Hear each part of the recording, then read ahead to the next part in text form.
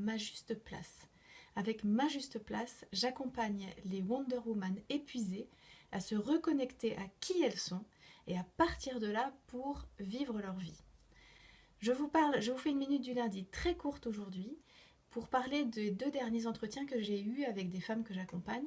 Pour chacune des séances, j'ai entendu la femme en question me dire à chaque fois « En fait, je ne pensais pas que c'était possible. Ce que tu me dis là, je ne pensais pas que c'était possible que ça m'arrive à moi. Que ce soit un projet professionnel, que ce soit une projection pour la suite, que ce soit une forme d'aide à laquelle elle n'avait pas du tout pensé, qu'elle n'avait même pas envisagé. Et vous êtes plusieurs à vous bloquer sans vous en rendre compte parce que vous considérez que certaines choses ne sont pas envisageables. Alors pour l'une de ces femmes que j'accompagne, ça s'est concrétisé comment? Elle était recouverte de papiers administratifs, de gestion de sa famille, suite au décès de ses parents, etc.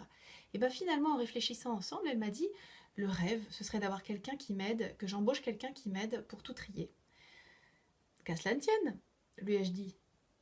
Et tout à coup, elle s'est rendue compte que oui, c'était possible. Alors voilà, elle a embauché quelqu'un pendant quelques heures, le temps de trier les papiers, de numériser ce qu'il fallait faire, de lui indiquer une meilleure organisation, et c'est reparti beaucoup plus facilement pour elle.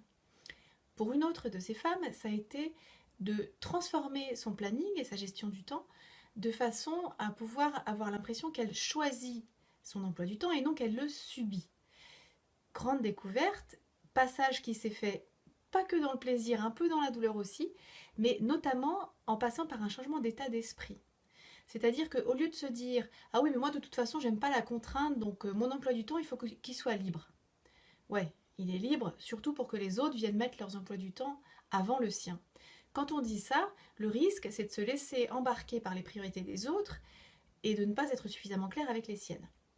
Le changement qu'elle a opéré, c'est un changement d'état d'esprit et puis c'est un changement dans la pratique aussi, où elle a compris que ses priorités devaient être très claires pour elle et nommées et placées dans l'agenda en premier. C'est à ce prix-là qu'elle a retrouvé cette sensation de choisir son temps, son emploi du temps, et non pas de le subir. Donc une belle transformation. Et là aussi, elle m'a dit « Je ne pensais pas que c'était possible à faire dans ce sens-là. » Alors je vous invite à vous poser la question, vous, aujourd'hui. Chaque fois que vous vous dites « Oui, j'aimerais beaucoup ça, mais c'est pas possible », arrêtez-vous sur le « c'est pas possible » et demandez-vous « Est-ce que c'est pas une barrière que je me mets sans même étudier la question ?» Qu'est-ce que ça donnerait si j'étudiais la question?